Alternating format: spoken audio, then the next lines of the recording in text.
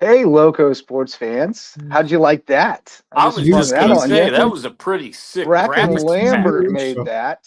Oh Bracken man, Lambert made that the other day at the Ville, and nice, I've been waiting to unveil it for Heck you. That was yeah. pretty cool, right? Welcome to the Loco Sports Lowdown. sick. Justin Jarrett, Wes Kerr, and Marcus Walsh with you. And I've messed up our styles over here because I was playing around earlier, and we don't have our names on there. So there we go. Um, but welcome to the Loco Sports Lowdown. It's got a great show tonight. It's going to be a great show tonight. We're presented by Mickelson Law Firm, our favorite sponsor, OG sponsor since the beginning, still supporting us, and you saw them in the new intro. So thanks to Mickelson Law Firm for making it all possible. We got a great show lined up tonight. Ryle Owens is in the green room before he jets off to Chile later this week. We were just talking about the cool little quaint fishing village where he'll be playing his ball this year Wow. down in Chile. So we'll be talking with him a little bit about his journey and where it's taking him next. We've got Loco Lights. We've got highlights from Friday Night Football, from big wins for BA and JP2. And oh shoot, we lost Ryle. He'll be back. And then we got some volleyball stuff to run down as well. The Stricklander was out at a PHA match tonight. I got some reporting from HHCA over the weekend. We'll talk about that. And big news, boys. RBC, a couple more years on the Huge. deal, multi-year extension to be the title sponsor of the RBC Heritage. And the really cool part of that announcement was it'll still be a signature event in Yes. 2026 because I mean there's some question about how long that status lasts before they have to spread the wealth around to somebody else, but Yeah. so far so good, and we get to keep attracting the biggest best fields to the heritage. So I'm running on fumes tonight, but I'm excited because we got a great show tonight. So how you boys doing? It's been a busy day as well. Actually, one of my longer days at the station. Prepping for a lot of stuff going on, coming up with some new ideas that I'll share with you guys soon about getting synced up and ready for football. I've got some ideas of folks to talk to and trying to crank out some more ideas for the Marcus Walsh show. Kevin and I plan to record on Saturday of this Nice. week. So getting going with that, and it's not going to be long until I start calling games myself. So finishing the kind of even though the season has started, Right. finishing kind of my Your preseason prep preseason, yeah. and Yeah, well getting you're going. getting Big some big live game meetings reps. on Thursday too, as far as our station and how things are going to look coming up starting September 5th. 10-4. How you doing, Real Wes? soon. Doing all right. Doing all right. It's been a day for sure. It has been a day. Seems to be Yeah. going around. Case of the Mondays going around. And Max Araj having his own case of the Mondays, but it looks like Yeah, he's with us now. What's up, buddy? there he is. Hello, guys. How are you? How you doing? Hanging in there? Doing all right. Yeah, All right. I'm tired. I'm sunburnt. I got really sunburnt yesterday. I was hanging out at the pool All right. with my fam, and I got really sunburnt. And then I had to go and coach a baseball 11-12 baseball team on a really soft baseball field up in Beaufort. A really soft baseball field Ooh, squishy. that was Huh? completely much rain? underwater about 24 hours ago. So yeah, good Really? stuff. Yeah, we had pretty good field conditions for softball practice tonight, but in this part of the county. But I think it rained more up there, right? They got it pretty good. I mean, so we had a Top Gun tournament. If any of Oh you yeah, know what Top Gun tournaments are, um, softball. we had a Top Gun tournament up at Burton Wells, and we were getting to the championship game, and all of a sudden the heavens Deluge. opened up, Mm. and those fields were completely underwater in a solid 2 minutes. That's how hard it rained. And Wow. we look over to the batting cages. If any of you know what Burton Wells Park looks like, I Mhm. think all of you do. Those batting cages had a river of water just flowing around it. Ooh. I had never Okay. seen. It has been a really long time since I've seen it rain that hard. Biblical. So Biblical. yeah, But biblical proportions. yeah, Yeah. it's gonna have a great show tonight, and we'll start it off with a great guest as soon as he's ready. Yeah, there he is. Welcoming Ryle Owens back to the show, our resident Loco pro hooper. What's going on, man? Although you may have company in that Loco pro hooper sphere pretty soon. Speaking of which, did I see that you got out to the Nick Pringle Trays for Trey event this weekend? Yeah, I finally made it out there. Finally was home for something. So yeah, I definitely was out there this past weekend. Yeah, it's awesome, man. I had something going on Saturday morning and couldn't get out there, and I hated it because I've always wanted to get out and support it because it's an awesome thing. It gets bigger and bigger. He did a big give back this year. Had all kinds of school supplies and snacks and stuff to send people home with. So, very cool thing. But I think we'd all agree he's kind of trying to follow your lead. I mean, you kind of blazed the trail for him a little bit. Before we get into all the details of your next gig. Talk a little about your relationship with Nick. Man, I've known Nick for some years now. I used to coach him back when he was a lot smaller and back when he was in like middle school and high school. So like at that time I didn't realize how close in age we were, but like I felt like I was that much older than him. But the older we got, like he just became more of like a little brother to me because we've Right. been traveling together. I've been I stayed at his place in Columbia when he played for USC. He sends me stuff from Alabama. So like, we always had a really close relationship. Our parents are pretty close too. So we both know the responsibility we have for the city. So we kind of just like bounce ideas off of each other. Every time he has something going on or has a decision to make, he calls me. So it's like, we really tight. Yeah. I mean, you Love guys that. have been both extremely successful at the levels of basketball that you're in, but have taken different paths to get to the point where you are now. Just talk about, how cool it is to have a fellow Loco product grinding his way towards a potential big time professional career, just as much as you are continuing to excel at the pro ranks internationally. So how cool is it to have someone else who you can talk to and feed off of, and someone you can set an example for as well as you both continue to propel your careers. Yeah, man. It's nice now because within the past year, for the past 3 years, I think I was like the only pro, and then we had Eric Freeman come out of Battery Creek. He's also like in my class. He plays in Thailand, so he's a pro now. And then we have Nigel Boozer, who's just finished his senior year in Dallas. Yep. He's I actually tried to put him on with my agent, and so we're working on getting him his first professional Nice. deal. And then Nick, I think Nick is the biggest. I'll call him a star. He's like the biggest star. Had like the kind of more of like the traditional, like big in the limelight Yep. type Mm-hmm. career. Went to big schools and stuff like that. So, we gonna see what he's gonna do in terms of like whether it's the draft or overseas. But I just like it because now I got people I can't even say I can relate to them because all of them are like pretty much asking me how it goes. You know what I'm saying? Like, because I've been in it for 5 years now, but at least I get to have those conversations and still be the example. So, like, at least I can have some people who will be stepping into it real soon. What Yeah. does that feel like to have those leadership qualities and to have a bunch of guys that you knew from your days just starting out in the game and to have that experience to teach them something on the next level? To be honest, man, I like having that responsibility, and I've I wasn't always a leader, you know what I'm saying? Like I kind of developed those traits being overseas, having to go over there and be the point guard of, managing 15 grown men. So it's like being an example in the city starts to feel like I'm starting to get a little more credit now than I used to when I first started out. So it's cool. And I'm still learning as I'm going. Like I rely on some of my NBA vets to, kind of coach me through the process, and then I'm just passing it on to people in the city who make it to that level. It's awesome. 5 years now playing professionally, and is this Well, the fifth different stop? It's been a No, different spot every. Were there I 2 years in one place? yeah, 2 years. So this Okay. would be my 11th country. wow. Wow. Yeah, A 11th world country. tour for you. Yeah, 11 countries. I like it though, man. Like, and you probably get like, you probably doing at least, like I said, two a year. So you go play a regular season and Yeah. then like a summer season, or sometimes in the middle of the season you can either get cut or bought out. So I'm saying Yeah. like a Right. lot of stuff happens. Like, in my career in the 5 years, I got cut once, but it was for like good reason. Like, I got cut after I had like a 41-point double in the win. And Whoa. yeah, got cut after I Wow. had my career high, but it was like because they wanted like this NBA guy, Cle Anthony Early, played for the Knicks. Uh, So it's like I wasn't really mad. And then outside of that, I got bought out 1 year. So I like played really good, and this other team wanted me, and they just paid me more to come. So that's There you go.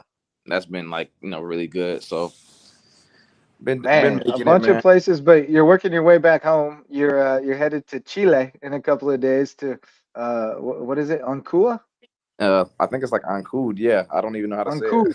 Yeah, Ancud. There we go. Ancud, fishing village. You're a little freaked out by how small it is, you said, but Yeah, it looks just beautiful and quaint. Marcus mentioned the great seafood they probably have there. yeah, So, I have no doubt. and as you and I were talking about the other night, those South American countries, they get wild for their sports. I think you're gonna run into some rabid fans down yeah. Man, I like just over the years, I learned that the love for sports is big everywhere. Like just being in Asia, Yeah. in Europe, there's these big soccer clubs and big basketball teams. So like I've played for some really big fan bases. So I think this would be just it's my first time in the South American market, but I think it would be, similar to the other ones, just having a big fan base.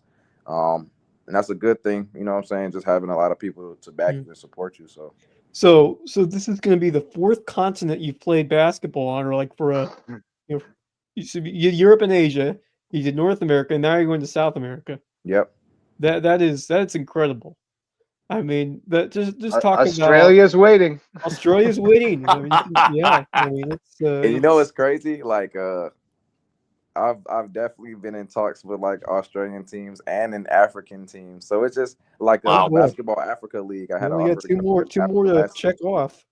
I mean, you might as So well get all the continents at this might point, as right? well. Yeah. I mean, like, obviously it depends Absolutely. on certain things, but like I said, I'm just moving until like the NBA makes sense. You know what I'm Yeah. saying? So that's pretty much what I'm doing.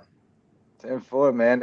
Do you pick up some of the language in each of these places, or are you becoming one of those folks who speaks a bunch of different languages? I forget. There's a word for that. I don't even know the word for it, but definitely like I pick up on the basics in every country I go to.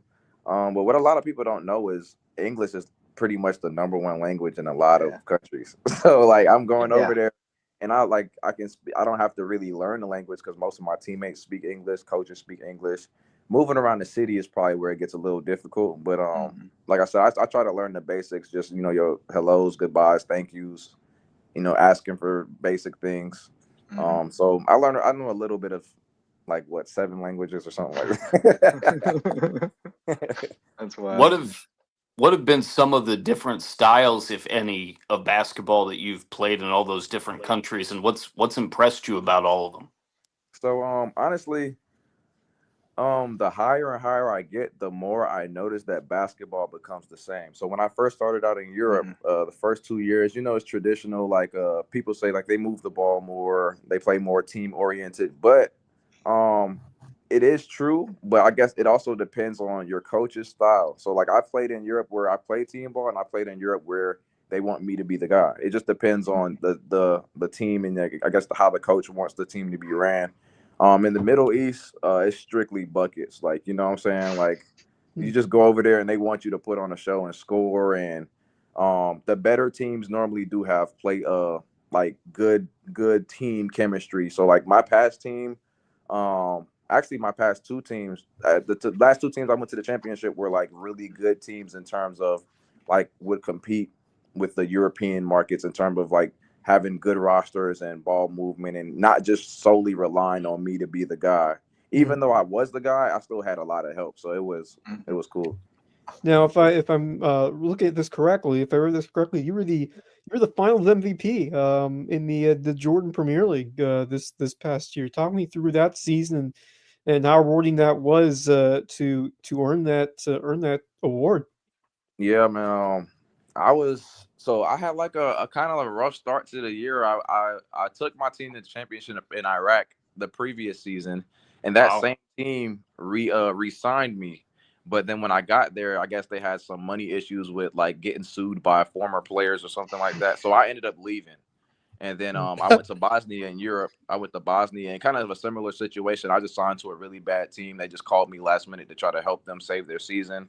We ended up, I was only in Bosnia for like 4 games. And then Jordan called That's the one said I got bought out. Like Jordan called, and I was there for pretty much the whole season, and then playoffs, and so I didn't really have to get I didn't walk into a Final Four or a championship. Like we had to earn it. So that's why it was really good for me. And to be honest with you, I didn't think I was going to win the award, not because of based on how I played. I just didn't think I was there long enough, you know. So I was there for like 4 or 5 months, but I mean, like, I put my imprint on the game as soon as I got there. Became one of the country's favorites.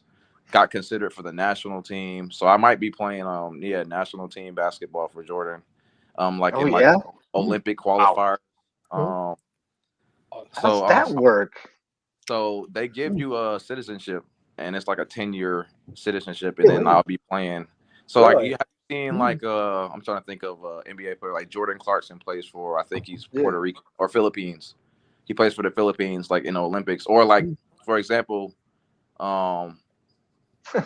like you can. That's wild. They're just throwing out citizenship to put people on their national team.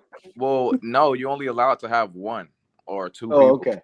So it's like you only can have one or two. So like there's a lot of Americans that play for national teams all across the, like literally like every country has at least one or two. I mean two at the most though. So yeah, so you know, pretty much they normally for national team stuff, they normally go for like high caliber NBA guys or whatever. But because I played in the country, and they've actually seen eyes on me, like, you know, I've been considered for it. So it's nothing set in stone. You know, they have Ryan Hollis Jefferson, you know, like the left-handed Kobe that was calling him in the Olympics. He's on the team as well. He's, you know, an NBA player. So hopefully I'll get to, you know, connect with him and we will be playing together. So we'll see. That'd be fun, man. That'd be That's wild and awesome. crazy. Yeah. So give us a little bit of a timeline. You signed just a few days ago, right? And you're shipping off on Wednesday. Yeah, I signed like 2 weeks ago. They kind of waited to release it, I guess, for whatever reason. Yeah, but I signed about 2 weeks ago, so I knew I was straight for about a month now. I've been pretty much cooling and just waiting on my day. I just got my flights today actually, so I'm leaving Wednesday. Got some packing to do tomorrow, and that's pretty much it. Yeah. I thought the flights were going to be shorter than going in the Middle East and Asia, but it's not much of a difference. Still pretty good haul down there. Yeah, I mean, you're getting down to the southern part of South America, so I'm going all you're the gonna way be down there. It's gonna be warm. But so what's the season? What's it look like? How long's it run? All that kind of stuff. All right, so this season goes all year long, but they break it up in 3 different like competitions, if that makes sense. So I'm gonna be there for one of the competitions until December. And it's pretty much like you know how they have Champions League in soccer? So like I'll be playing like Champions League for basketball in this this segment. So it's like I'll be down there until December, and then I have an offer to go back to Jordan in December when they start. So I already have that offer. That is cool. I'm kind of waiting to accept it to see what comes up after, you know, I go crazy this season. So I'm gonna wait. You might like it. Yeah, I'm wait and see. That South American vibe. Yeah, I mean, absolutely. You've been putting in the work. I mean, anybody who follows you on social media sees the work that goes into it, and it's no secret that that's what it takes. And so, you know, talk a little bit about, you know, maybe for the benefit of kids who want to follow in your footsteps here, about the work you put in day to day in the off season. Yeah, man. Honestly, like it just takes consistency. You know, a lot of kids come ask me or have parents ask me at my camp, or I get a lot of messages. Just they think it's like instant. Now, you know, like, or for example, like I'll have people I train while I'm home and they only show up 2 times a week, or, you know, I'm like, bro, if you want to be good, I know the kids in Hilton Head and Bluffton are training like every day. You know what I'm saying? So I'm like, you can't come to me 2 times a week and think it's just gonna work. Like you have to put in time every day. And I do try to stress, like tell them that it's not really about killing yourself or working hard 7 days a week. It's just about being consistent. So you can have slow days, you can have really hard days, but it's just about stacking days and being consistent. And then like before you know it, you know, the results will start to show over time. Won't be instant, but it will show, and it'll show if you are consistent, it'll show when it matters, you know. So And quality over quantity, focusing Yeah. on the right Right. things and Yeah. doing it the right way every Yeah. time. And Yeah. that's where that repetition builds muscle memory and speeds you up and all those things. So For sure. that's the one thing I see. Kids, it's not just time spent. You know, Exactly. You like do it with if you're purpose. putting in bad reps, you're hurting yourself. A lot of So it's kids, got to be they're good reps. like a lot of kids are in the gym for 2-3 hours in a day, and they always posting it like I'm in the gym, but they're in there clowning around, like not getting better. So it's like Right.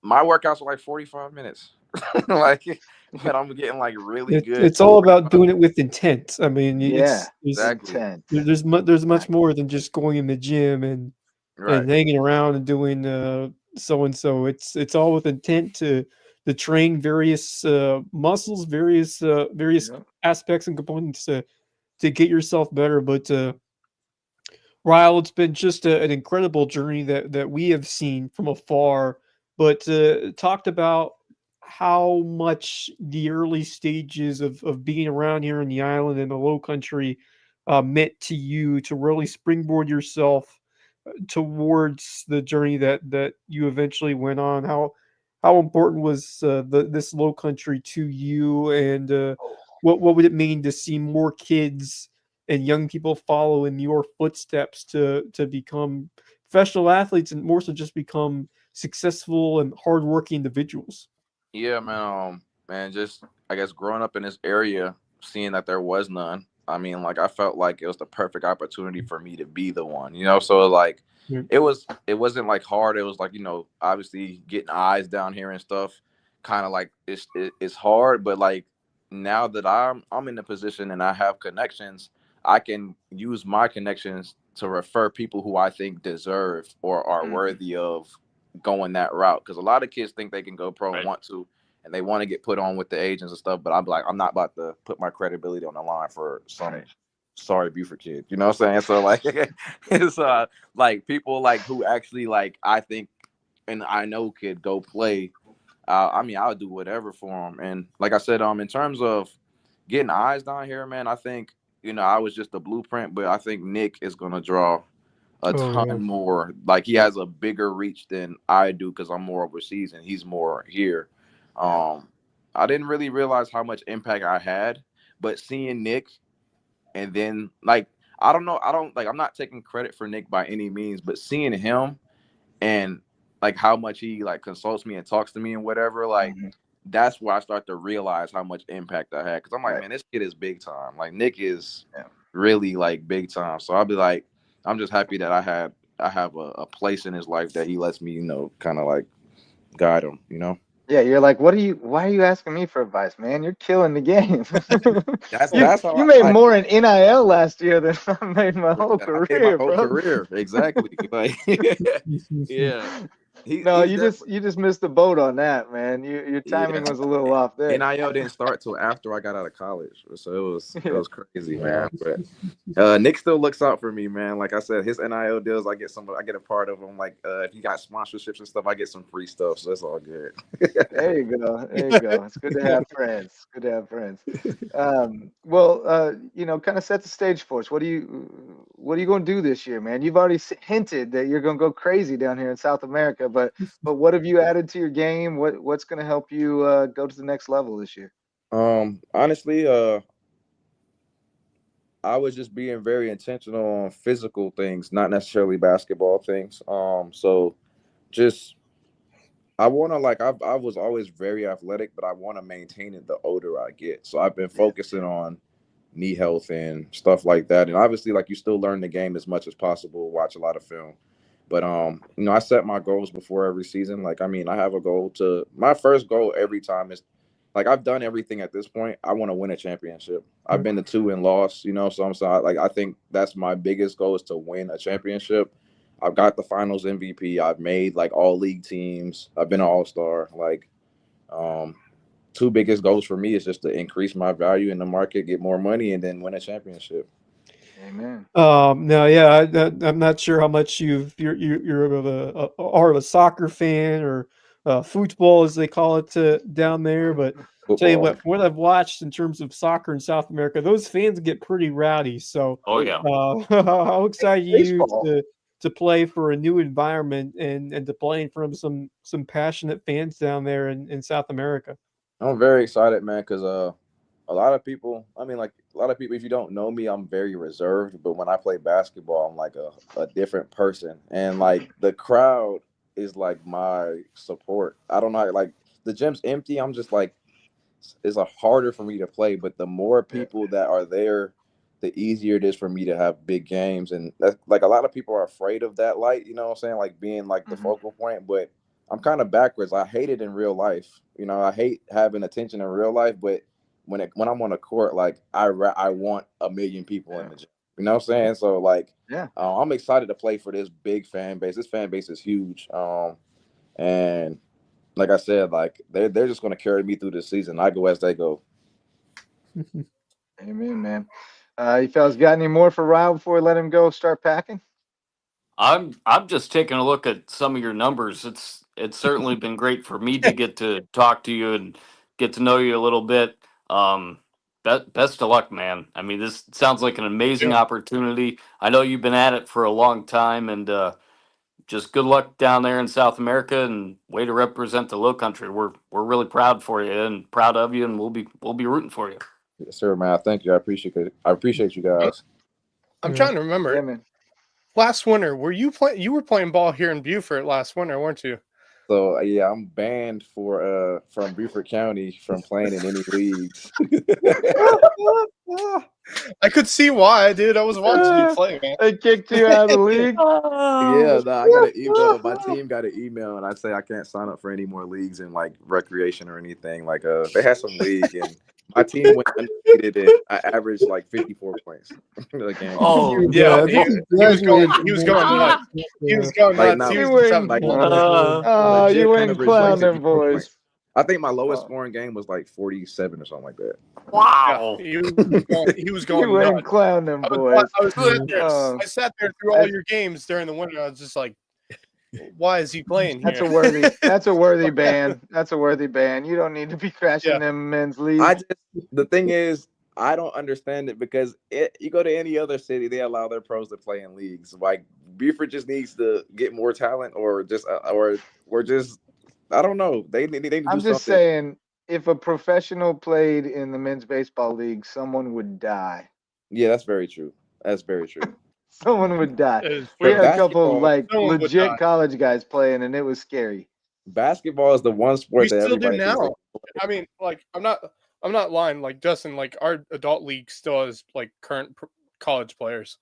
Oh which is yeah, just I'm crazy. just No, but like if talking you had a about my Major point League of Baseball reference. player join the. I mean, we've had, That would be yeah, unreal. it would I be, think yeah, that it has would be happened crazy. before, but not Do here. some crazy stuff, man. I Or, believe you you joined Jason Williams as another person who was previously banned from Beaufort County Rec League The basketball. NBA player Jason Williams.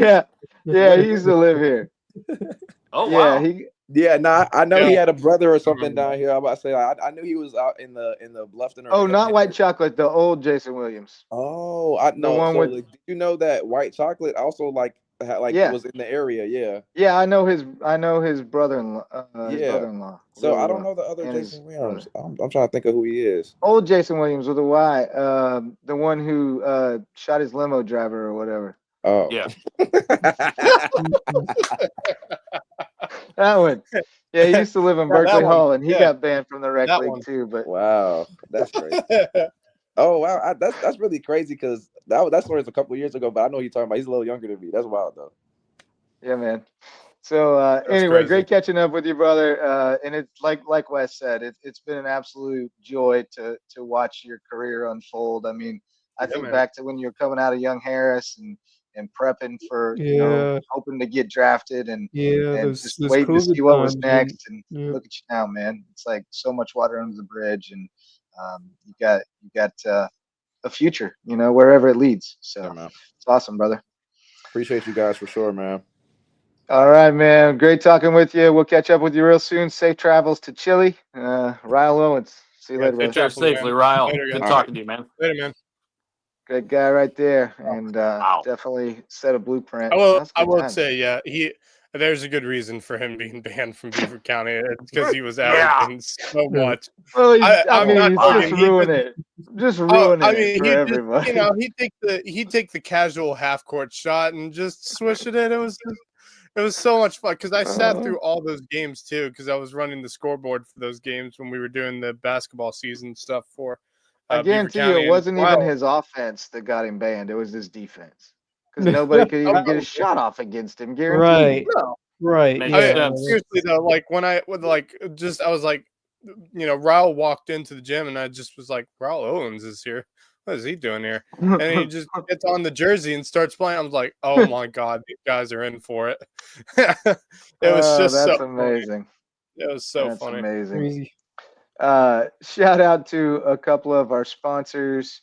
Where's my thing? I got too many things open. There we go. We got Hudson Seafood House on the docks. They are a great place for seafood, sunsets, and cocktails on Hilton Head Island. And presenting sponsor of Under the Bus. The boys are still on hiatus, but they'll be back September 2nd with a new episode of Under the Bus, or whatever that Tuesday after Labor Day is. I think it's the 2nd. Yeah, it's 2 weeks. We also got Twinge and Twombly, personal injury attorneys. Rare name, remarkable service, referred to us by the wonderful Jeff Riley. So if you need a personal injury attorney, get in touch with Twinge and Twombly out of Beaufort. HHI Windows and Doors, improving your view of the Low Country. Coach Barron over at Hilton Head Prep, former basketball coach, now in the business of windows and doors. And they want to improve your view of the Low Country at HHI Windows and Doors. All right, boys. We teased it at the top, but RBC is back on board for a multi-year extension. I didn't see it spell out how long it was, so I don't know if there's some kind of conditional status, but they did say a multi-year extension. So for, at the very least, we've got 2 years of RBC sponsorship, and the big part of the announcement, the 2026 Heritage will again be a signature event. So we should have a top flight field once again for I guess it's the third weekend in April. I was reading more into it because I saw it come across my feed, and that's why I shared it with y'all in the chat earlier today. Just was like, it's fantastic. Obviously, like I couldn't think of a better thing to be put together is bring back RBC for the Heritage and for future Heritage tournaments. The other thing was saying like they're pushing for the Heritage tournament to be a signature event for hopefully the foreseeable future, not just 2026 but beyond 2026 as well. And you know what? I don't hate it at all. I think like if you want to have a well, of course I don't hate it, but like you would think that the PGA players wouldn't hate it either because they've enjoyed so much playing the RBC Heritage over the last few years that it's been a signature event. So I think like if you want a signature event to be a signature event, continuously for the foreseeable future, I would have to say it would have to be the RBC Heritage. I mean, if you look at the last 4 champions, Jordan Spieth, Matt Fitzpatrick, Scotty Scheffler, Justin Thomas. I mean, that is a pretty formidable. That's heavy hitters. Yeah, I mean, those are the cream of the crop right there. So, I mean, this tournament has shown that it has delivered the best names in golf to come over here, especially the week after the Masters, where that can be a difficult sell when you're right after a big time tournament, like a major. So you have to find a way to get these golfers an opportunity to compete at a tournament like this. Steve Wilmot has done a fantastic job. That whole committee has done a fantastic job, and Harbortown just speaks for itself. The tremendous prestige of that course. And just looking back to I go back to the pandemic year because it was so crucial, because it was such a high caliber event, because there's so many high prestige players that were there, and it just really continued from that point on. And it always has, even before that. You've seen tremendous talent. But I just think the last few years, especially, the just crop of outstanding golfers in terms of top 20, top 15, top 10. Has risen seemingly year after year. Since the COVID year, really. Well, I think, That was the big in my opinion, I think the other thing would be the history of this tournament as well. I mean, this is one of the longest running PGA Tour events currently I on the believe it schedule. is the longest running Probably. without a venue Is it? change, if I'm not Probably is, mistaken. yeah. Okay, Seriously. that makes sense. Yeah. I mean, it's been going on for almost 60 years, if not longer. Yeah, Correct? I think it's Yeah. the longest continuous at one venue. know, It was If I'm and- incredible. mistaken. And I think so the history is important with it. if yeah, I'm I being mean, you honest got with you. Arnold Yeah. Palmer won Yeah. the first one. Yeah. You got It was Arnie all and the way Jack back. like 69 was the first one, so it's Yeah. going on And 60 for sure. and yeah, I mean, how many more? Like obviously, you got Sawgrass 17. You can probably Yeah. run off the 18th Augusta, but you're just looking at the most iconic holes in golf. I think the 18th hole, Harbortown, has 18th, to be at least top 10. absolutely. Yeah. Absolutely. No question. And I think it also benefits the tour. It may have been an unintended consequence. You know, I think they did the signature thing here in part to boost the tournament because it had, you know, the Yeah, lull. it struggled at one point. But then I think what they may have realized is, you know, it really behooves us to have the guys who are just playing at the Masters playing again when Right. people turn it on the next week. at this because beautiful place. people are Because having they'll tune golf out. fever. If they turn it on and they after- don't know any yeah. of the guys on the leaderboard, Yeah. casual fans will tune out. But Right. they're energized by the Masters, so then golf's on. And It's Yeah. a harbor the town. other Yeah. And they the put other it on thing, and they see names they obviously, know, they might stay Right. play. All right. with I'm just with the saying fact the that you've got difficulty of having it the week after the Masters is you have players who want to take that week off. Like this Right. Masters is such a high stakes, high pressure tournament that Right. we want to take some time off, but the allure of Harbortown, the relaxation of Yeah. it, and just an area where families can or golfers can bring their families on vacation Mhm. that week after a big tournament like the Masters, and it's just Yeah. a great family affair. That's what Harbortown brings, and it's such a perfect time of the year. Normally the weather cooperates. Spring It break. was beautiful last year. It's not too warm yet. It's Right. just a Even when it's beautiful. bad, it's not that bad. Yeah. yeah. No, it's not. Yep. So Here's the other thing I would say, the other thing I would say is, Oh, Marcus is I trying to think- get in. I am. Go ahead, Max. Go ahead, Marcus. Go ahead. I'll say mine. Go ahead. I'll say this for sure. Obviously, with the fact that you're talking that it's entrenched in the southeast portion of the schedule, that's a huge thing. You're not going from one Right. section of the country to Yeah. another. That's Yeah. a huge thing. It's a because short it doesn't drive from take- Augusta Yeah, too. It doesn't take big long to thing. get from Augusta there to Harbortown 2 on the hours, south end of maybe Hilton less. Head for Yeah, sure. a couple hours. And that's the quiet other thing. The other thing too is just how the amenities are set up with everything. And again, you think about Yeah. the winners going back to Webb Simpson in 2020, and throughout we've had some great ones, and it's just a great event. It's been set up great. Yes. I've obviously entrenched myself into it a lot. And JJ's right. You might get a couple of days where it's raining, but you should get out of the entire week, counting the practice rounds, you should get at least 4 days of beautiful weather.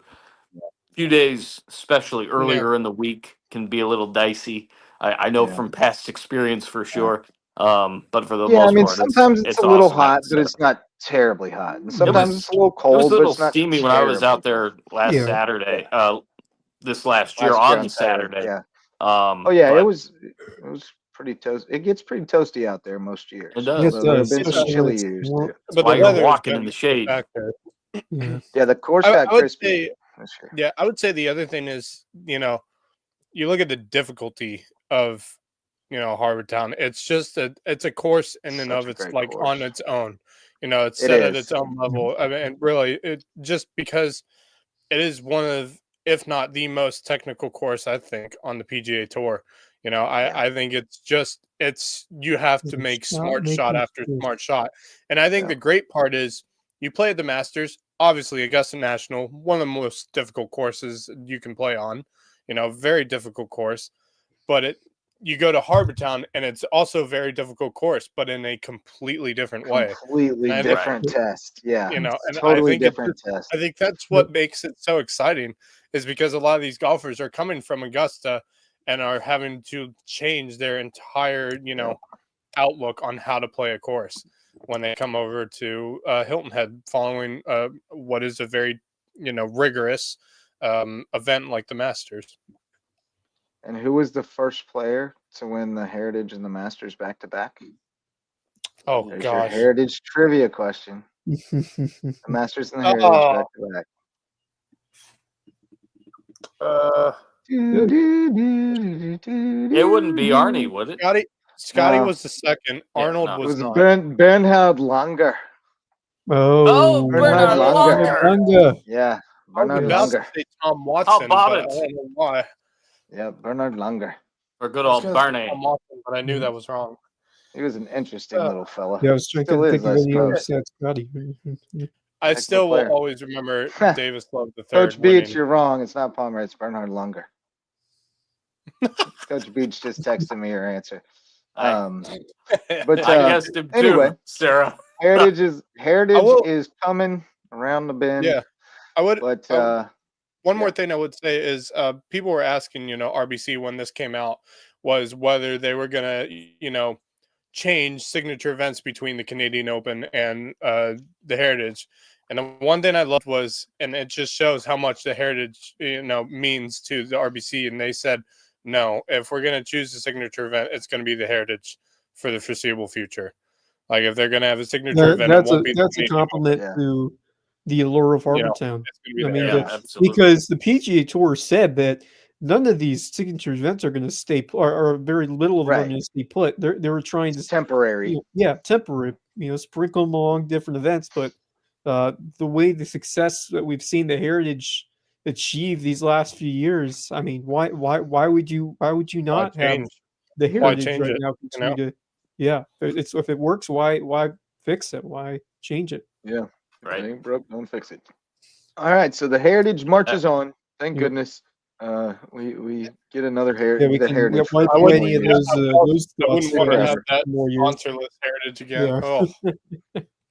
But now, let's talk some football, boys. We got a few highlights. Yeah. Yes, we got Wes's highlights from Hilton Head Prep BA, and Prep looked pretty good early. Yeah, Cargill was moving it, but that first drive kind of stalled, and then after that, kind of snowballed quickly for that Dolphins squad. Yeah, but I like White Hermer and the way he started off. Some good progression there. Yeah, he's the outlet on the right side. He's got a great mind for the game. Was a couple years ago. Yes, a couple of yards. He's huge. Compared to what he was a couple of years ago. I mean, looking at that offensive line for Prep, it's not small. That was the they got some size up front. They slowed down the run game early. There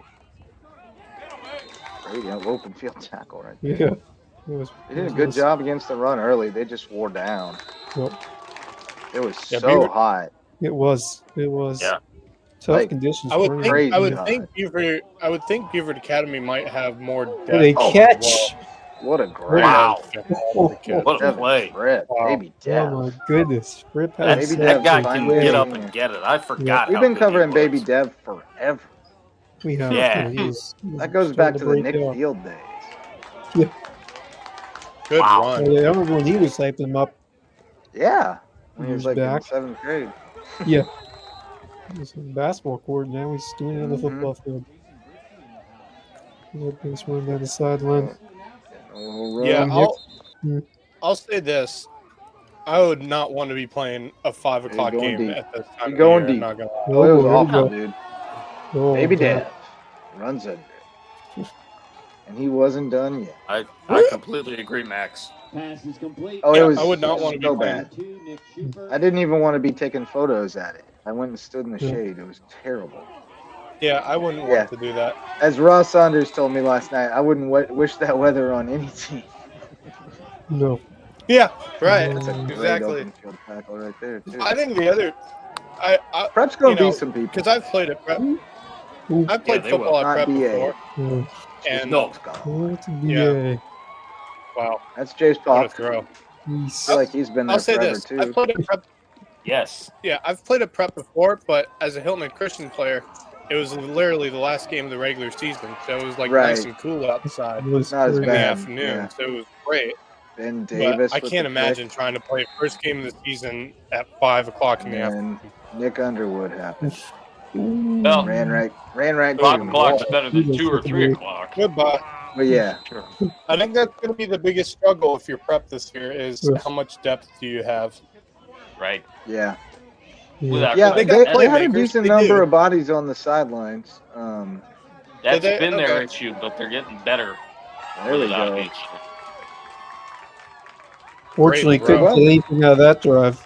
They're pretty well coached. I mean, you can see that. And here's the Oh, wow. I would hope here's so. the I mean, knockout Coach blow McFadden, after the rain Well, shower. yeah, but would one hope man so. can't do it. But he's Ooh, got a staff. The There storm. look goes at Baby that Dev. scene. Baby Dev. Peace out. Yeah, Man. yes. Goodbye. Those are some legs, man. Wow. Catch him.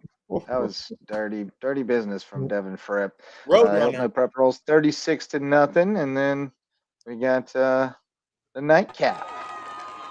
Oop, there we go.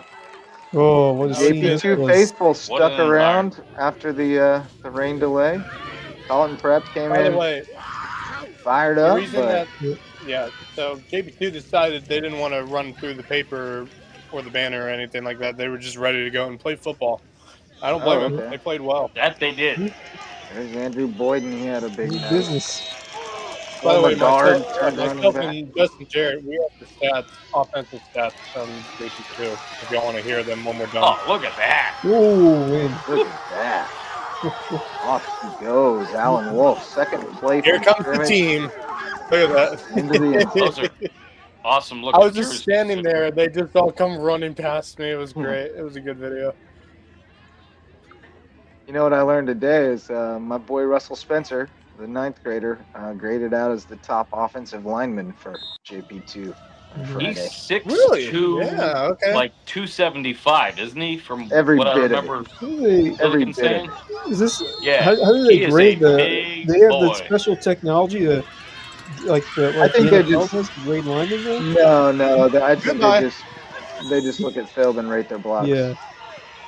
But they do most offensive line coaches grade their guys though. Yeah. I would Punched say it in this. I think again. Colin Prep got a Boyden. good team, but I just think JP2 really shocked them. I think JP2 just kind of caught him flat-footed. I don't think they were ready. Yeah. I think they thought that they were the better And team. sometimes you can overlook a game like this. Yeah. Season weren't opener. that night. They Yeah. normally You know? don't though, which is why it caught me know. off guard. In the past, I know. Everyone they've normally thought- been on it to start the year, so that is what really know. shocked I me. mean, that's I just expected a lot Yeah. more, especially from that defense. I expect a lot more from that Carlton Prep group, but here's you know, the sometimes you do get flat-footed when you don't expect it. Kudos Yeah. to Here's JP2 the, though. here's the because offense. he Yes. just came out. Shane Milligan, what a job! What a job by Coach Yeah, Milligan heck in of a this job. game. Man, Yeah, you got some that stats season over off there. to a great Max? start. Yeah, here's some of the offensive lines for you. Alan Wolf, probably player of the game, I would assume.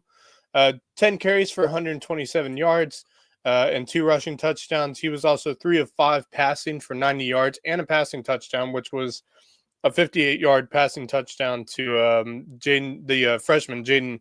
How do you say his last name? Inabinate. Okay, Oh, Inabinate. okay. Okay. Inabinate. So, great game for Alan Wolf. Andrew Boyden was the Beast. dog for them.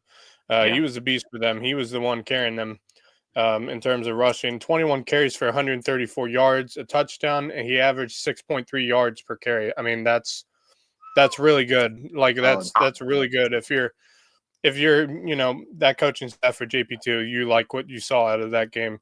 And then the freshman, Jaden Inabinate. Yep. That's right. Okay. 5 carries for 26 yards, 1 catch for 58 yards for that touchdown that Alan Wolf threw. Total rushing yards for them in the game, 305 rushing yards for them Yeah. on Friday That's night. serious work. And 300. some defensive numbers too. Zach Mouton had 10 tackles in the secondary. Sean Phelan had 7 tackles, 2 sacks, and Taylor Murphy 6 tackles and a pick. And then Jackson Riley, I thought was kind of an unsung hero. 4 for 4 on PATs, 1 for 2 on field goals made from 30, and had an interception on defense as well. So really good showing from those guys. I just think, that's a big win for them. When me and Justin, when myself and Justin were there, I think what really shook us with that JP2 team is what that O-line looked like. Oof. Like, I did not expect the O-line Well, to be and the biggest dude on there was out, and he's back next week, Jonathan Dominguez. Exactly. He's a 300-pounder. That's my point. That's not a small offensive line. And, No. Coach Milligan said himself, like, that is the biggest offensive line he has had in his time coaching JP2. That's going to be a real factor for them. Now, do I think this coming Friday? They don't, with that offense, with that flex bone, they don't have to hold the defensive line up for long for those guys to get loose. They got big enough dudes that can hold them up for a decent amount of time. I don't think it was a fluke. I think it's got some staying power. Yeah. I do. Yeah. Some stats on BA. Nick Schuford Jr., 8 of 10 for 184 and 2 touchdowns, 6 rushes for 63 yards, and he had 3 tackles. I think you missed this. You had him for more, Wes, but that's because the last touchdown to Polk was from Ben Davis. Okay. So Nick Underwood had 11 for 147 and a TD, 4 tackles and a tackle for loss. Jace Polk, 5 catches for 140 and 2 touchdowns. Baby Dev, 2 for 85 and a touchdown, receiving 91-yard kick return, 6 tackles and a tackle for loss. And then the big uglies, Trey Delaney and Raheem Saunders, combined for 6 tackles, 3 tackles for loss, and Raheem recovered a fumble. And they did work on the front on the offensive line too. Did I hear there were some D1 scouts at that game? Really? Oh, I don't know, but Raheem has one D1 offer at least. But I wouldn't imagine the scouts were. Someone told me there were some D1 scouts at the game. I wasn't sure if y'all saw them or not. I don't know. I saw some dude standing over in the shade making notes on a notepad who looked kind of sus, but I don't know who he was. I didn't know if he was scouting as a recruit, scouting recruits or scouting because they're going to play them next week or something. I wasn't sure. He didn't look. I mean, it was hard to tell. I couldn't tell what his logo on his shirt was, but he did look like he was doing some kind of scouting. So maybe there's something to that. Gotcha. Hard to say. I will say, JP2's got a tough road test this coming Friday. They got a tough road test. Yeah, they do. Lawrence Manning. Lawrence Manning. I think it's to their benefit that Lawrence Manning hasn't played yet, and they have. I do agree with that. Sharper. I'll say this because I've been doing some research on this today. That Lawrence Manning team did not play great last season. I mean, they did do really well against JP2, but that was a very different looking JP2 team last season compared to what we just saw on Friday. Right. Very young Lawrence Manning team from last season as well. So, they finished 3-8 on the year. They did not have a great 4A schedule for them. Got rocked around pretty well, but they're a more experienced team this season. So they're coming in with they didn't lose a lot of players. So this is going to be a tough road test for JP2, but I wouldn't be shocked if JP2 plays a much better game than they did last year against this team. Wouldn't be shocked I expect at all. them to be competitive. I do expect them to be competitive after what I saw on Friday. The other thing would be, they are on the road. They are on the road, and I've seen some vids from Lawrence Manning games. That fan base is something else. Rabid. Yeah. So, first week of football in the books. Those are the highlights we have. We don't have highlights from the other 2 games that were played outside the area, but Hilton Head Christian taking a tough loss at Porter Goud. They played well, though.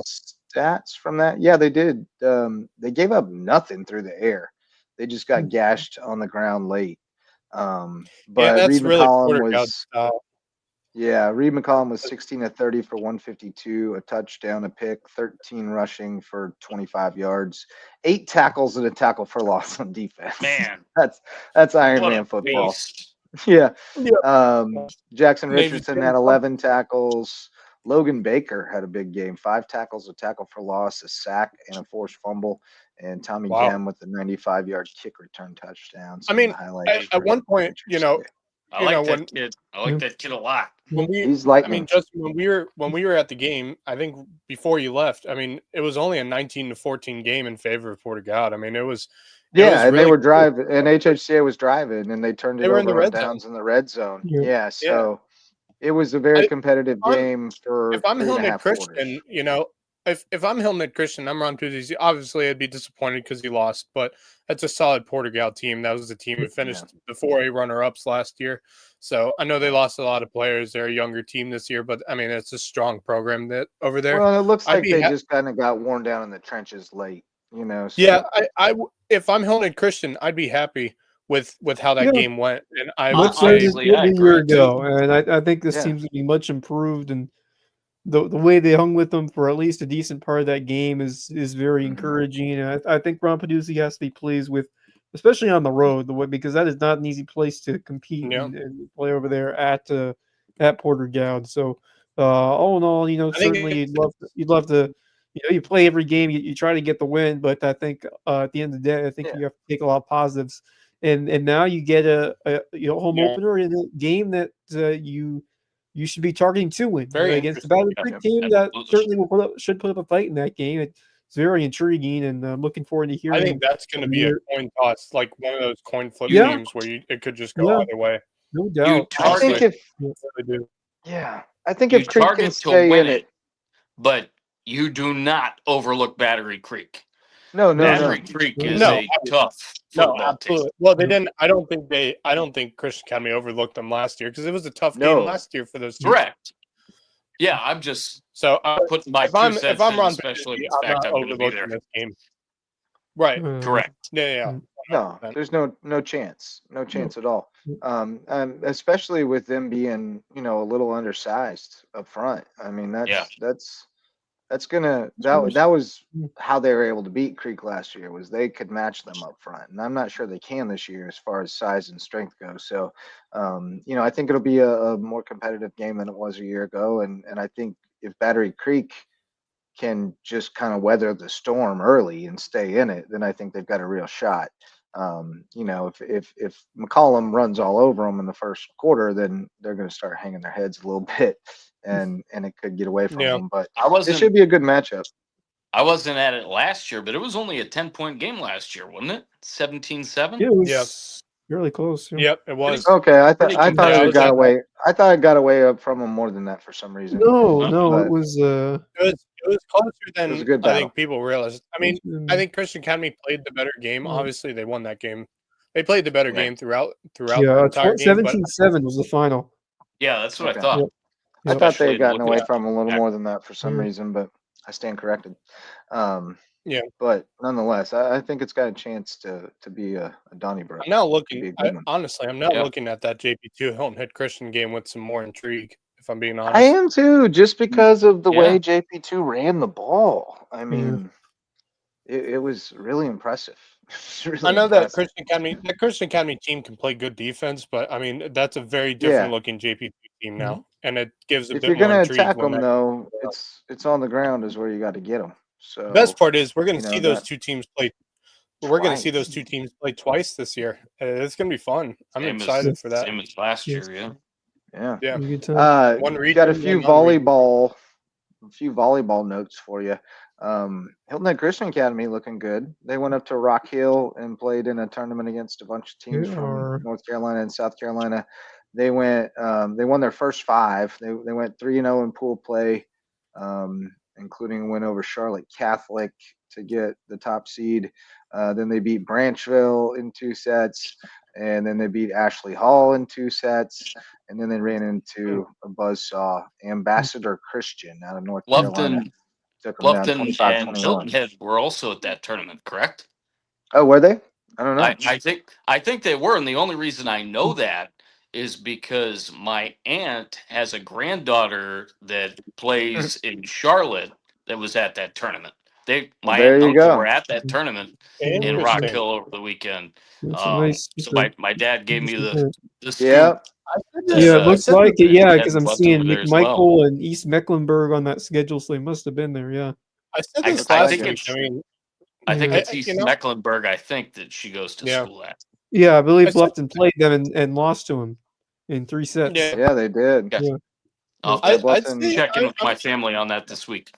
you know, Yeah, I well, I'm said just this looking up the last week. scores right now, and it looks like Bluffton lost to East Mecklenburg, and Yep. I don't see Hilton Head. Oh, yeah, they did. I guess Hilton Head was in that tournament as well. They played Cuthbertson and Clover. Clover, They had to I have believe, is played not more the than lowest 2 score. games, Yeah, though, yep, so that doesn't make sense. yeah. But what were you saying, Max? I said this last week. Like that Hilton Head Christian volleyball team is looking Pretty legit. kind of dangerous. I mean, obviously Yeah. they're going to have to play 4A Yeah. volleyball, which is going to be Yeah, interesting. that's not easy. But I wouldn't put it past them. Now I'm looking at that JP2 Hilton Head Christian volleyball games when Oh, they come that out because no, JP2 is that's. currently undefeated. I think that's going to be legit. Yeah. JP2's looking good. And Hilton Head Christian's looking pretty solid too. Caitlin Jackson is really good. I know that. Yeah. She's going to play beach at Mercer. And I know she's not the only one they got. So I was going to see if JP2 posted their score yet tonight. Nope. They were playing They were Northland playing tonight. Patrick Henry was in action. Patrick Henry got the dub Yeah. tonight, courtesy of our friend the Strickland. Stricklander. Straight they sets. won. They beat Buford Yeah. Academy, and they get the next week off. 23-14-18 for Patrick Henry girls. And then I know there was some. Yeah, that's about it. Volleyball wise, JP2's off to a great start. HHCA off to a good start as well. Patrick Henry gets the dub tonight. And we've got a bunch of teams playing tomorrow night, including Colleton County. I think Lily Mitchell might be at that one. JP2 going to Thomas Hayward. So we got a little, and then there's a good one on Thursday. Hilton Head Christian and May River at Bluffton, a try match. Wow. And those should all be pretty good matchups. Those are So fun. You get to if see you're- three teams Yeah. in one night. That's always nice. I'm gonna try to get over there for a little bit of that if I can, because I love good volleyball. And that'll be Yeah. good volleyball. Should be a good And preview then of of course Friday, lots of football coming week your way. zero. How do you say it? Week Zero. zero? Week Zero. zero. Week zero. Yeah. Zero. Shout out to a couple more sponsors. We got Reverence Wrestling Club, our official wrestling sponsor and presenting sponsor of the Loco Grind and Jay's Barbershop, the place to be in Ridgeland, whether you need a haircut or not. If you want to become a sponsor, get in touch with us, LowcoSports@gmail.com or info@LowcoSports.com. Either one will get to me, and I'd love to talk to you about sponsoring what we do here, celebrating these local teams and athletes. All right, fellas, parting thoughts. Marcus Walsh, you're technically a guest, although you basically live here. What's your parting thought, brother? Couple of quick ones. Big news out of Cleveland on both fronts. The Cleveland Browns have named their week 1 starter. It is Joe Flacco at the starting quarterback spot, Sweet. and I think it is the right move. If I'm being honest, Yeah, it's we'll the see. move We'll see you if they can expected. resurrect what happened a couple of years ago, and then I've mentioned this guy several times in the last few months on this podcast and my own as well, and talking about Tom Hamilton, the voice of the Cleveland Guardians, who are currently underway, no score top 2 in Arizona. But Hammy, as we all love to call him, was awarded into the Cleveland Guardian Hall of Fame with a Nice. distinguished award in Heritage Park in center field in the ball game the other night, Saturday night against the Atlanta Braves, and it was by far his award ceremony before the game, and then him talking to Matt Underwood and Rick Manning on the telecast were by far the best moments of Saturday night at Progressive Field. Tough series for the Yeah, Guardians against baby. the Braves. Yeah, Yeah, my live it up, Braves Max. smoked y'all this weekend, man. Live it I up. hate the Brewers. I just hate the Brewers. Brewers So, finally saw their oh, long come on. streak. Yeah. Big news out of Cleveland I'm there. The kinda- Guardians I- got to turn it around I hate again. saying this, Justin. I hate saying this, Justin. I'm kind of rooting for the Brewers this year. I I'd like love how them to they're see playing. them to win a playoff series because it seems like they always flame out early. They seem Get out of to my always start early in studio. the playoffs every year. Get out of here. Get out of my that was good. studio. I hate those guys. I Well, I'd like will to see say the my Cubs do Braves. well. I'd like to see them win the like.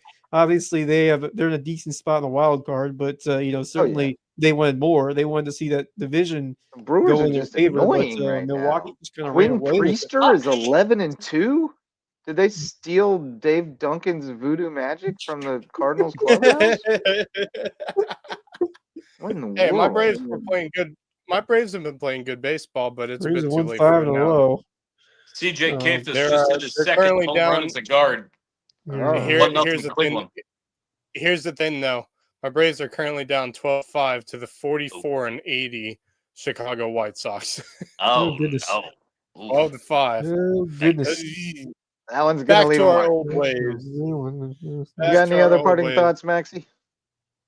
What did I see? Hold on, I'm gonna see if I can find it. What do you got, Wes? While he's looking. I got one. I got two actually. Speaking of baseball, I got JJ Chuck texted me the other day, and Carl Majinski was on the mound. I believe Yeah. yesterday Been a while, hasn't it? against the Cubbies, and I thought he pitched really well from what I saw. Yeah. And that's great to see because he was in the minors for at least a bit, but now he's back up. Yeah. 4 strong innings of work, no earned runs, just 1 hit allowed. Yep. And he's gotten some more time as a starter over with the Pirates organization, and that is encouraging Good. for him. Although They could maybe use see it. the bullpen did not do their end of the job, but Majinski is starting to get some time as a back end starter, and you'd love to see him continue to develop. It's kind of perplexing of like because they brought him up as a relief, they brought him down, they brought him back as a starter. Classic Pirates. I'm not quite sure what the organization is trying to do. Really do in general. The Pirates have been, other than like Paul Skeens and a couple of other guys, the Pirates have been really perplexing to me the last couple of seasons. And They've been disappointing. Well, they signed Key Brian Hayes to a long-term deal and then traded him away. Like just weird stuff. Yeah. What do you got, Max? Oh wait, did you have another one, Wes? You I said you had did two. have one more. Yeah, go ahead. Cam Newton is getting his jersey retired Saw that. by the Auburn Tigers. Of course, big news to me as a Carolina Panthers fan, but what a career he had over there in Auburn. Obviously, national champ in 2010, but won the Heisman Trophy that year, and certainly renowned over there in Auburn for that season. And good to see for him. Always a larger than life player, not just Auburn, but with the Panthers for a number of years, and certainly it will always be beloved in both those spots. And it's always kind of cool. They're to really see gonna him. retire one though? No, he wore 2 in Auburn. He Two. wore They're one gonna in retire Carolina. two? That's He thought wore they number had 2 in to Auburn. use- 11th They went to Carolina. He wore number 1. against Georgia. Yeah. I thought they had to Wow. use doubles of every number in college football now because they carried so dang many people. But good for him. That was probably for me the most fun to watch season of college football by an individual. Cam Newton was ridiculous in that season. It was so fun to watch. He was a different animal, man. He was a different what you got, animal. Maxie? What's your parter? I got 2. I saw today that Marco Beninelli, the former San Antonio Spurs player, did not know he was still playing basketball, but has announced that he is officially retiring from basketball after a long, I think, 13-year career playing professional basketball. Obviously, a former NBA champion with the San Antonio Spurs, key player for that team. I think probably coming off the bench. I can't remember if he was a starter or not. I want to say he was 6 man. And I think he was also a three-point champion during the All-Star week as well at one point. So obviously a very, very successful career for Marco Beninelli. Happy trails. And the other one I had was obviously right around the corner.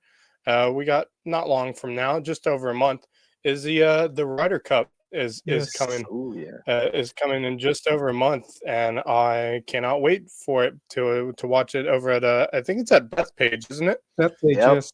Yep. I think it's at Bethpage. And have y'all been seeing all the stuff regarding Bryson DeChambeau? I don't know if you guys have been seeing it on social media and stuff. Talking about him being suspended and whatnot, and I was like, to be on that team. Yeah, he's on that team. Did y'all see the qualifiers for Team USA's team? Oh my! That is a stack. That's a stacked team. You know, Scotty Scheffler, JJ Spawn, Bryson DeChambeau. Just a unbelievable list of players. See if I can find this list. Yeah, Harris English. Yeah. Wasn't Harris English in the auto qualifier? English, Harris JJ English Spawn, on the U.S. Open champion as well. Yeah, And there, JJ Spawn. He's good. Yeah, JJ Spawn. like him. Very good. See, the top 6 were. Let me see the top 6 here.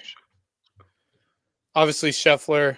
I think Xander Schauffele is also in that list. Russell Henley, Harris English, and Bryson DeChambeau. And that's your all, 6 right there. That's a heck of a list. Automatically qualified. Not bad, although I think Europe's got a good group to counter with them right now.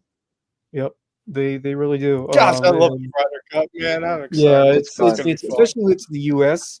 The fans get absolutely crazy. So it looks like I don't know if they've right now the top 6 in Europe. McIlroy, McIntyre, Fleetwood, Rose, Hatton, and Lowry. All I don't know much about McIntyre, but he's had a solid year. But Europe has a lot of depth. I mean, you got Fitzpatrick, you got Hovland, you got Oberg around that. So and they're just machines. Yeah, they really are. Just machines. They really are. It's hard to root against Tyrrell Hatton. I like that guy. Sawed off little sucker. All right, well, I got one for you. Irmo lost a nail biter today. They lost 1-0 to Las Vegas in 7 innings. First loss though for the South Carolina team. I have a question for you. I have a question for you about that game. So it was they went to extras, top of the 7th inning, runner on second. Obviously, you got the automatic runner. They chose to bunt him over. How often do you see that in like the major leagues where it's the top of the inning, you want to be aggressive and you give up an out, you bunt the guy over, 1 out, runner on third, they don't score, they strike out twice, I think. I don't know. You need to be more aggressive. You can be swinging. Honestly, I would have gone and seen if I could get a base hit. Honestly, generally, I don't need it. Yeah. Generally, I wouldn't probably bunt in the top of the inning. I don't know. It depends where you are in your order, I guess. Because I think they were like pretty. I don't know. I think it was Milder. I don't remember, but I think there was I remember the announcer was talking about the guy. I will say it's harder to move runners in that little league game with the closed bases than it is in real baseball. So I would think with a game of high importance, though, you would think it'd be go the more aggressive route, I guess, in that situation. But I don't know. A lot of times, though, you lay down a bunt, he throws it into right field, and now we got a guy on second again, and we just scored a run. That's a good point. That's a very good point. Yep. I don't know. Hindsight's 20/20. You got to score when you bat first in that situation, because if you don't score, then they are going to bunt him over, and then anything gets him in, and the game's over. Yep. So you got to score when you bat first. Yep. That's the biggest thing. And if you think your best shot is to bunt him over, then maybe that's what you do. But Irmo against Honolulu tomorrow. That'll be a battle. That's going to be 3 o'clock. That's going to be tough. Try to stay alive. Hawaii always brings really strong teams. So that's going to be a really tough game. Yeah, they're tough. They always have strong teams. My other one was that while we were on here, if you saw me looking over at the TV and laughing, it was because they were showing 30 for 30 about the Yankees-Red Sox rivalry, and it showed when Pedro threw Don Zimmer down on the ground. Oh, my God. What great memories. Nothing like that, what that rivalry was in the early 2000s. I have I have vague memories of it because I was young and I watched a bit of it, but I just remember from what I watched, it was crazy intense, like much when more. Pedro threw Don Zimmer down, man, that was hilarious. That's still a good one. And I love Don Zimmer. I just heard Tim McCarver's reaction recently too. He just threw Don Zimmer, who's 72 years old, to the ground. What the heck is he doing?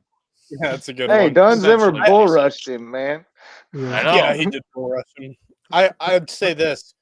I feel like now that rivalry is kind of pathetic at this point. It's not. The fans will try to make it a rivalry, but just in terms of, they hate each other, but they not still like do. But it's nowhere when it was the early 2000s when you had I feel like guys now like it's Pedro only- and A-Rod, Derek it's only Jeter. good. No I think Mario nowadays- Zeta.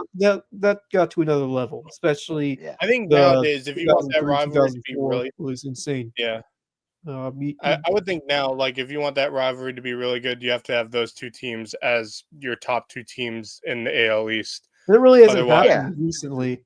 Well, Um, and that's then the they other- need to Yeah. butt heads in the playoffs. That you wait for them. I mean, That Right. you wait for them Yeah. to play each other in a wild They- card game, Get 'em- or They've a rarely been playoff both game. good at the same Get them in time. the ALCS. That's it. The stakes haven't been as high Right. since they Like, were they in met. that, in They that met era. in 18 when Brock Holt hit for the cycle in Yankee Stadium. But other than that, hasn't been. I tell you, That the or you see them in a rivalry. playoff game with Angel Hernandez screwing up every time there's a play at first base. Yeah. The rivalry that really has been attracting my eye certainly is out west, and that's Yeah. San Diego and LA. Yeah, That's that's been the turning big into rivalry. like the new big rivalry in Yeah. all the baseball, I feel. Yeah. Yeah, that's Yeah, been definitely. Padres are moving in on the Giants' corner as far as being the Giant. big Yeah. rival to the Dodgers right now. So It was always. All right, I mean, boys. that I was Giants- really high on Yeah, San that's Diego enough this for year. that. yeah, they look good. Yeah. Yep. They stacked up that bullpen at the break. Yeah. Yes, or they at the did. deadline. All right, boys. Good stuff tonight. We talked with Ryle Owens, our resident pro hooper. Although I didn't realize we had a couple other pro hoopers out there now. I didn't realize Nigel Yeah. Boozer was about to make that leap either. Oh, So that's cool to see. And great to catch up with Ryle. Wish him the best in Chile this year. And great to check out the highlights. Good job on the highlights Friday night, boys. We got a bunch of people going Yeah. out to cover games this Friday. So check us out Friday night for Loco Pigskin Live.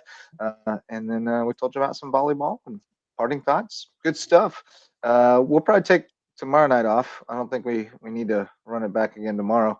But we'll definitely be around on Thursday for Loco Pigskin Oh, yeah. preview. Preview If not before then. Why 14 not? games Why? tonight. Why would we ever not do a Thursday night Yeah, show? we'll Why not? probably get a Wednesday show in. We'll see. But we're definitely doing a Thursday show, and then we'll see you Friday for Loco Pigskin Live. So that'll do it for this one. Sir. Thanks so much to everybody who was a part of it. Thanks to Ryle Owens for sitting down with us, and thanks to all of our sponsors, and thanks to you for showing up to listen or watch. For Marcus Walsh, Max Araj, and Wes Kerr, I'm Justin Jarrett. Till next time, go Loco.